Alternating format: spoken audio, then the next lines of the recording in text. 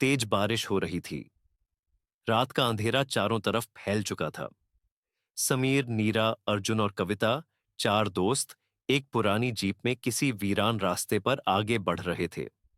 उनका मकसद था एक ऐसी हवेली में रात बिताना जिसके बारे में गांव में कई डरावनी कहानियां सुनी जाती थीं। जब उन्होंने गांव के लोगों को बताया कि वे उस हवेली में जा रहे हैं, तो बुजुर्गों ने उन्हें सख्त मना किया।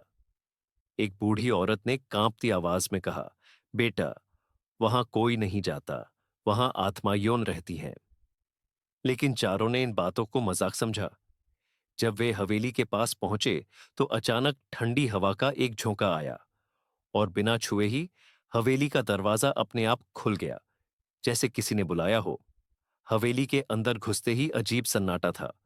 दीवारें जली हुई थीं, छत से पानी टपक रहा था और हवा में एक गंध थी, जैसे कुछ सड़ रहा हो। नीरा की नजर एक पुराने आईने पर पड़ी। आईना धुंधला था, लेकिन उसमें किसी औरत की परछाई दिख रही थी।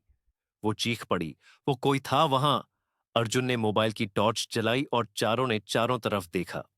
तभी उन्हें फर्श पर खून के धब्बे और घसीटने के निशान दिखे। आगे बढ़ते ही उन्हें एक डरावनी परछाई दिखी, एक लड़की जो उल्टे पांव चल रही थी और फिर अचानक गायब हो गई। सब घबरा गए और ऊपर की मंजिल की ओर भागे। ऊपर के कमरे में एक पुराना पियानो रखा था। जैसे ही वे अंदर पहुंचे, पियानो अपने आप बजने लगा। कविता बेहोश हो गई। समीर ने खिड़की से बाहर देखा, वहां कुछ नहीं था, बस कोहरा ही कोहरा। कविता की नाक से खून बहने लगा। कमरे के एक कोने में एक पुरानी डायरी मिली। उसमें खून से लिखा था, मैंने उन्हें जिंदा जलाया, अब वे यहीं रहते हैं। दीवारों से खून बहने लगा। तभी जोरदार आवाज के साथ दरवाजा बंद हो गया। चारों फंस चुके थे। अर्जुन को अचानक किसी ने खींच लिया और वह गायब हो गया। फर्श पर उसका मोबाइल जलता हुआ पड़ा था। तीनों दोस्त डर के मारे कांप रहे थे। तभी एक सफेद साड़ी में औरत सामने प्रकट हुई। उसका चेहरा धुंधला था, लेकिन आंखें बहुत चमक रही थीं। समीर ने अपनी दादी से सीखा हुआ एक पुराना मंत्र पढ़ना शुरू किया। कमरा हिलने लगा, हवेली कांप उठी।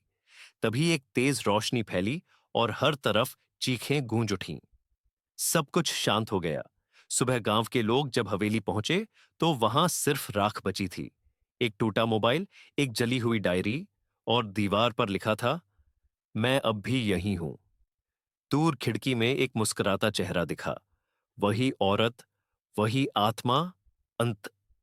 लेकिन क्या सच में अंत था? गांव से दूर जंगलों के बीच एक पुरानी हवेली खंडहर बन चुकी थी। लोग कहते थे कि वहां रात को किसी स्त्री की चीखें गूंजती हैं और दरवाजा खुद ब खुद खुलता और बंद होता है। रवि, एक यूट्यूबर, अपनी टीम के साथ उस हवेली की सच्चाई जानने गया। उनके पास कैमरा, माइक और एक डिवाइस था जो भूतों की उपस्थिति को पकड़ सकता था। हवेली में घुसते ही उन्हें दीवारों पर रक्त से लिखे हुए श्लोक दिखे। जैसे ही उन्होंने पहला कमरा खोला, एक डरावनी काली साया तेजी से उनके पीछे से गुजरी। टीम का एक सदस्य अर्जुन अचानक गायब हो गया।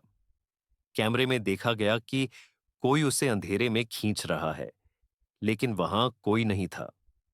धीरे धीरे सभी कमरों के दरवाजे अपने आप बंद होने लगे। केवल एक अंतिम दरवाजा बचा था, जिसे गांव वाले मृत्यु का द्वार कहते थे। रवि ने उस दरवाजे को खोला तो एक भयानक चुड़ैल सामने आई, जिसकी आंखें जल रही थीं और आवाज किसी शेर की तरह गूंज रही थी। तुम सबने मेरी नींद तोड़ी है, अब तुम सदा के लिए यहीं रहोगे। रवि के कैमरे में आखिरी फुटेज था। एक हाथ जो कैमरे की स्क्रीन ढक रहा था, और फिर अंधेरा। अगले दिन गांव वालों ने हवेली के बाहर कैमरा और टूटी हुई माइक पड़ी देखी, लेकिन रवि और उसकी टीम का कोई पता नहीं चला। राहुल की बाइक घने जंगल के किनारे एक झटके में बंद हो गई। उसने मोबाइल निकाला, लेकिन स्क्रीन पर नो नेटवर्क चमक रहा था।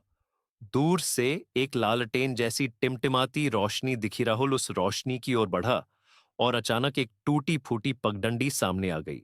कुछ ही दूर एक भूतिया सा गांव दिखाई देने लगा। गांव में घुसते ही एक ठंडी हवा ने उसे छू लिया, जैसे किसी ने गुजरते वक्त स्पर्श किया हो। हर झोपड़ी के दरवाजे अधखुले थे, पर कोई इंसान नहीं दिख रहा था।